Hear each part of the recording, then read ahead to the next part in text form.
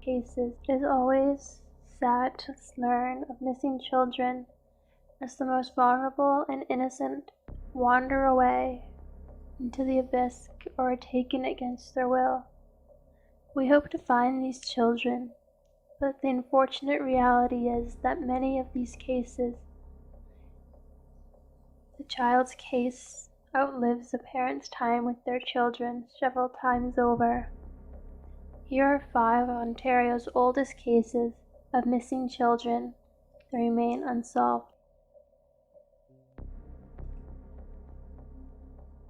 Number 5, Adrian McNaughton. While on a fishing trip at Holmes Lake near Kelbogee, Ontario on June 12, 1972, Adrian was fishing for about an hour with his father, Murray. Adrian became tired and stopped fishing when his line became tangled. He sat on a rock nearby, then left the lake shore to play a short distance away from his father. He then wandered away from his father and the rest of the group and into a wooded area. The father, after noticing that Adrian was missing, sent his older brother, Lee, to the car to search for him. When Lee did not find Adrian, a search was set out for him. Hours later, when Adrian was not found, the police were contacted. At the time of the disappearance, he was wearing a blue nylon parka jacket, an orange striped shirt, brown shoes, and boots with rubber soles. A massive search was conducted to find McNaughton, as thousands of volunteers, led by the armed forces, looked in the area where he had gone missing. While extensive searching was conducted, no clues to what happened to him were ever found. Decades later, on April 23, 2016, as part of the investigation, 5 highly trained volunteers conducted a search dive up the lake where he was last seen, looking for the remains of McNaughton. After 4 cadaver dogs indicated that there were detected human remains, a tooth-like object and a small piece of rubber that may have belonged to a shoe was uncovered under 8 feet of water. However, the tooth-like object, when examined, was found not to be human. Number 2, Robert James Brown. On August 3, 1968, at around 4:30 p.m., Robert James Brown was last seen walking from Nazarene Camp to his home in the village of Wilford, Ontario. The Nazarene Camp was a Christian camp near Pifferlaw, where his mother worked as a volunteer. At around 4:30 p.m., Robert asked permission to walk the 2 miles to his home in Wilfrid, to his job, which was delivering the Toronto Telegram newspaper. His mother gave him permission, but this was the first time Robert had walked home on his own. Ross Jr., Robert's younger brother, overheard him say to his mother that when he finished his newspaper delivery, he would return by riding his bike, but at the last minute changed his mind and said he would wait at the home for the family.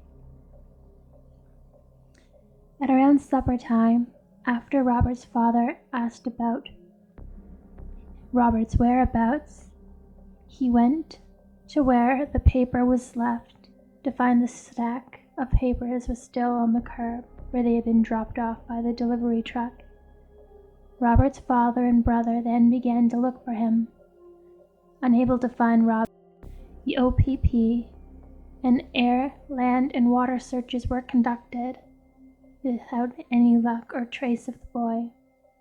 Later in the week, interviewers revealed that they may have seen Robert at the beach. A lifeguard reported seeing him at the beach at approximately 4:30. 2 local teens said they had seen Robert near a restaurant on the beach at 5:30 the next afternoon. some people disclosed that they had seen him on Highway 48 talking to another boy, and years later, Robert's brother, Michael, who was only 6 years old at the time, said that he saw Robert walking along Highway 48 on the curb as he rode past with another family, as he was with another family on that day.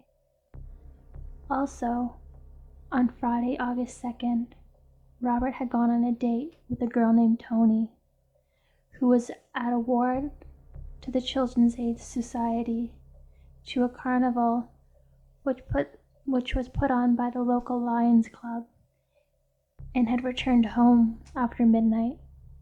Robert was grounded for returning from his date at such a late hour. During this time in the 1960s, there were a number of child disappearances and unsolved murders. A possible link to Robert's disappearance is 2 unsolved murders which took place within a 3-hour drive radius from where he went missing. Frankie Jensen, murdered February 9, 1968, age 9, murdered, and Scott Leishman on February 15, 1968, at the age of 16. Michael Kent was also murdered 2 years before in Elmville, 100 kilometers away. His murder unsolved. Another possible lead is the carnival that was taking place on the weekend of Robert's disappearance, with many speculating that it was perhaps a predatory carny who may have been responsible for Robert's disappearance. Number 3. Diane Prevost. This was the first missing child case in the Sudbury district. On Saturday, September 17, 1966, Diane Prevost disappeared while her and her family were on a camping trip at Grundy Provincial Park. Diane and her family were very familiar with the park and camped there most weekends. On this particular Saturday in September, Bernard and Claire, Diane's parents, decided to bring her 4 kids to a beach while Bernard was on the dock. At the time of her disappearance, Diane was wearing a blue and red checkered top with red plaid pants. She had a mark on her left knee and a scar on her right foot. 2 family members took a nap while the rest of the family went down to the beach. Bernard was on the dock fishing. Diane's mother and her children, Joanne, Claude, and Lisa, were looking for frogs on the shore, and Diane was playing in the sand, staying away from the lake as she was afraid of the water. Diane, however, wanted to return to the campsite to be with her grandparents. Her father said he would bring her back as soon as he got his line untangled. He turned around a few minutes later, and Diane was no longer in plain sight and no longer playing in the sand. Thinking that she had returned to the trailer, which was parked a mere 500 feet away, Claire, her mom, ran back to the trailer. Claire returned in a panic as she realized Diane was not at the campsite nor with her grandparents.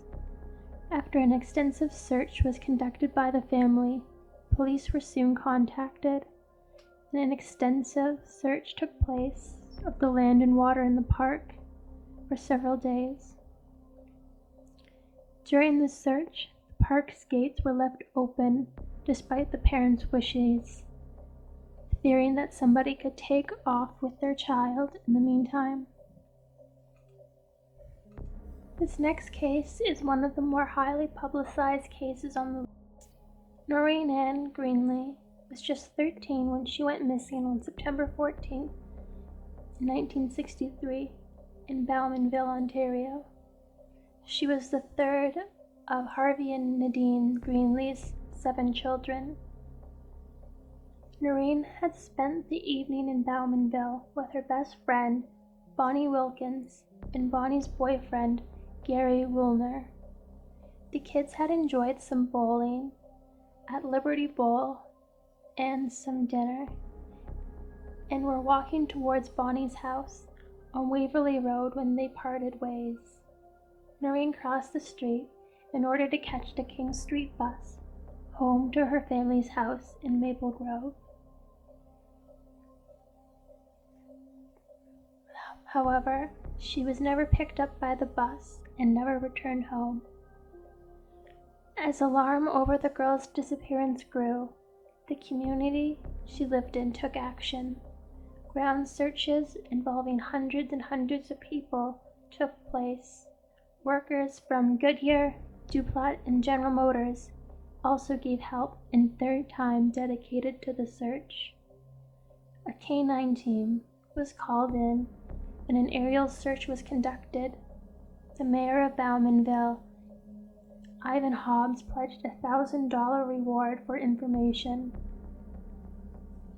During all this, only one tip emerged. A neighbor of the Wilkins family reported seeing a Ford automotive vehicle, believed to be a dark color, dated 1957 to 1959. A box-shaped vehicle with a distinctive front grille in the vicinity of the bus stop at the time of Noreen's disappearance. The driver was described only as a man who wore a black hat. Another tip came through several months later, saying that Noreen was spotted in Calgary. Her family flew out, but, again, couldn't find her. Noreen's siblings said that Noreen worked at a gas bar in town, and another possible tip could be that her abductor was familiar to Noreen. Noreen, her siblings feared, may have made the mistake of getting into the car of somebody she met at the gas bar, trusting him. Another sibling tip from her sister Joyce, who was then 12, said that she was walking with her friends the night of Noreen's disappearance when a car swerved by, almost hitting the girls. And she believes that she heard Noreen scream before the car disappeared down Holt Road. And one other tip involved an extensive in the Bowmanville area. The tip had come in a few years earlier when a man indicated that his father had admitted to killing the child and concealing her body in a car he had buried near Regional Road 57 in 1963. With the help of a forensic pathologist, the family identified areas where an automobile may have been concealed beneath the soil. As recently as October 2018, the Durham police oversaw an immense investigation and excavation in the area of Regional Road 57 and Concession 8. 2 trenches were dug. One was about 150 feet long, and the other was around 100 feet long. Each trench went down several feet, specifically 7 feet, and a metal detector were used to penetrate another 3 feet in depth. As of November 12, 2019, this excavation has yielded no results and no closure to Noreen's family. Number 1. Richard David Marlowe.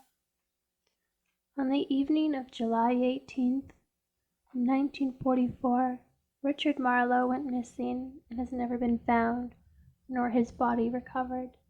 The shy and small child, nicknamed Pee-wee for his small stature, was riding his bicycle in front of his house on Beta Street in Etobicoke, which was a much more rural area than it is today. His brother was inside of their home. Later that day, Richard's bike was found at the house when his mother returned home that evening, but Richard had vanished. Etobicoke police continued their search, as did the army militia, without luck. According to the family, Richard was a good child at home and at school, with no reason to run away. This case is the oldest missing child case on our list, but it is also Toronto's oldest missing persons case, which has remained unsolved for 75 years. Richard's mother died 10 years after his disappearance. She always kept up hope, buying him Christmas gifts and putting a candle in the window. She always believed her child was out there. Her grandfather, Gail, an advocate for Amber Alerts, disclosed in an interview that she died of a broken heart.